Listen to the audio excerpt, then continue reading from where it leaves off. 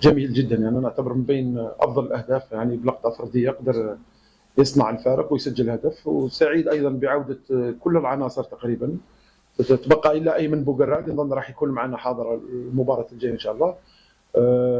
الشيء الملاحظ انه فريقي اليوم او حتى في المباراه السابقه هجوميا نظن كان فيه تنوع كثير، يعني كانت عندنا الخيارات كثيره تقريبا في الخط الهجومي.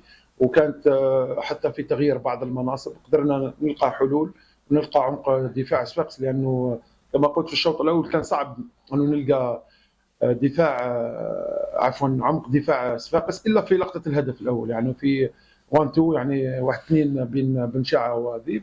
قدرنا نلقى فيه يعني مساحه تقريبا ضيقه، قدرنا نلقى عمق الدفاع وسجلنا على اثر الهدف.